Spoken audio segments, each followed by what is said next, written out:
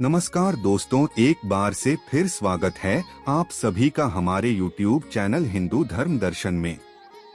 मित्रों, इस धरती पर जिस किसी ने जन्म लिया है उसकी मृत्यु एक ना एक दिन होनी ही है। यह एक कठोर सत्य है, इसे कोई चाह कर भी झुठला नहीं सकता। हालांकि मृत्यु के बाद दोबारा जन्म होना तय माना जाता है। जैसे दिन के बाद रात होती है और रात के बाद दिन होता है, उसी तरह गरुड़ पुराण के अनुसार हर जीव दोबारा जन्म लेता ही है।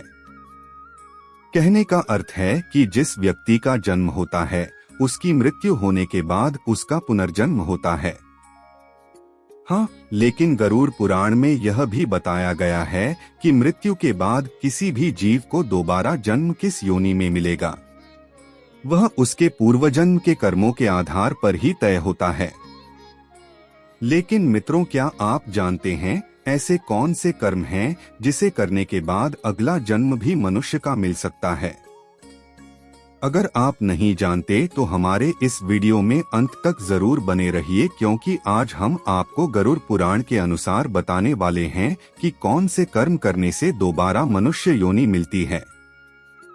मित्रों, गरुड़ पुराण में बताया गया है कि कर्म अच्छे हो या बुरे, हर एक कर्म का फल इस संसार में रहने वाले प्रत्येक जीव को मिलना तय है। मनुष्य का अधिकार केवल कर्म करना है, फल देने का अधिकार परमात्मा के ही हाथ में है। मित्रों, इसके अलावा गरुड़ पुराण में यह भी बताया गया है कि मनुष्य अगले जन्म में किस योनि में जन्म लेगा और यह मनुष्य द्वारा किए गए कर्मों के हिसाब से ही तय होता है। आइए अब जान लेते हैं। मित्रों, सर्वप्रथम हम आपको यह बता दें कि इस जन्म में मनुष्य योनि मिली है तो आपका अगला जन्म भी मनुष्य योनि में ही होगा, यह तय नहीं है। गरुड़ पुराण के अनुसार जो अपने जीवन में अच्छे कर्म करते हैं सिर्फ उन्हें ही मनुष्य जीवन की प्राप्ति होती है। यही नहीं, कुछ मनुष्य ऐसे भी होते हैं जो अपने कर्मों के कारण 84 लाख योनियों में भटकते रहते हैं और फिर अंत में उनका जन्म एक मनुष्य की योनि में होता है। मित्रों, कर्म 3 प्रकार के होते हैं। पहला, संचित प्रारब्ध और क्रियमाण। पूर्व कर्मों का जो ढेर है वह संचित कर्म है। उन्हीं संचित कर्मों के आधार पर आपको जो शरीर प्राप्त हुए वह प्रारब्ध कर्म, और वर्तमान में जो आप कर रहे हैं वह है क्रियमाण कर्म। बाकी आपके संचित कर्म संस्कार के रूप में पड़े हैं। सभी के कर्म के अनुसार जो संचित और प्रारब्ध कर्म है उनसे अगले जन्म का निर्माण होता है, जो तय करता है कि आपका अगला जन्म 84 लाख योनियों में से किस योनि में हो सकता है। इसलिए कहा जाता है कि इसी जन्म में ईश्वर के चरणों में चले जाना चाहिए और किसी को अपनी तरफ से कोई कष्ट नहीं देना चाहिए। व्यक्ति इस संसार में अकेला आता है और अकेला ही जाता है। अंतिम समय में उसके अच्छे और बुरे कर्म, पुण्य और पाप उसके अगले जन्म का निर्धारण करते हैं।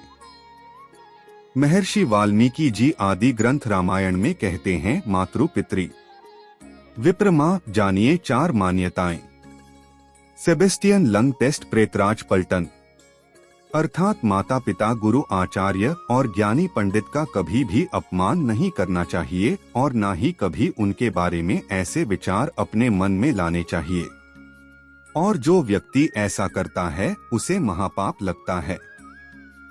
ऐसे लोगों को नरक में पाप भोगना ही पड़ता है, चाहे वह कितना भी दान पुण्य कर लें। इस पाप को कोई पुण्य में नहीं बदल सकता। मित्रों, जो व्यक्ति हमेशा दूसरों के हित में सोचता है उनकी ईश्वर सदैव मदद करता है। जो मनुष्य, पशु, पक्षी और अन्य जीवों पर दया करता है, जरूरतमंदों की मदद करता है और बिना किसी स्वार्थ से संचित धन का उपयोग धार्मिक कार्यों में करता है, तो ऐसे मनुष्य का अगला जन्म मनुष्य योनि में ही होना तय है। मित्रों, इसके अलावा गरुड़ पुराण में यह भी बताया गया है कि जो मनुष्य अपनी मृत्यु के अंतिम समय में जिस चीज के बारे में सोचते हुए अपने प्राणों का त्याग करते हैं तो उसे अगला जन्म उसी के अनुसार मिलता है। जैसे कोई व्यक्ति अपने अंतिम समय में किसी स्त्री को याद करते हुए अपने प्राण त्यागता है तो उसका अगला जन्म स्त्री के रूप में ही होता है। इसी तरह जो व्यक्ति अपने अंतिम समय में ईश्वर को याद करते हुए अपने प्राण त्यागता है तो वह मोक्ष को प्राप्त हो जाता है। अर्थात मृत्यु के अंतिम क्षण के विचार उसके अगले जन्म को भी तय करते हैं। इसलिए धर्मशास्त्रों में यह बताया गया है कि मृत्यु के अंतिम समय में हमेशा राम नाम का जप करते रहना चाहिए। मित्रों, हम अंत में यही कहेंगे कि हर एक व्यक्ति को अपने जीवन में पुण्य कर्म करना चाहिए और हमेशा निस्वार्थ भाव से धर्म की राह पर चलना चाहिए। तो मित्रों, आज के वीडियो में बस इतना ही।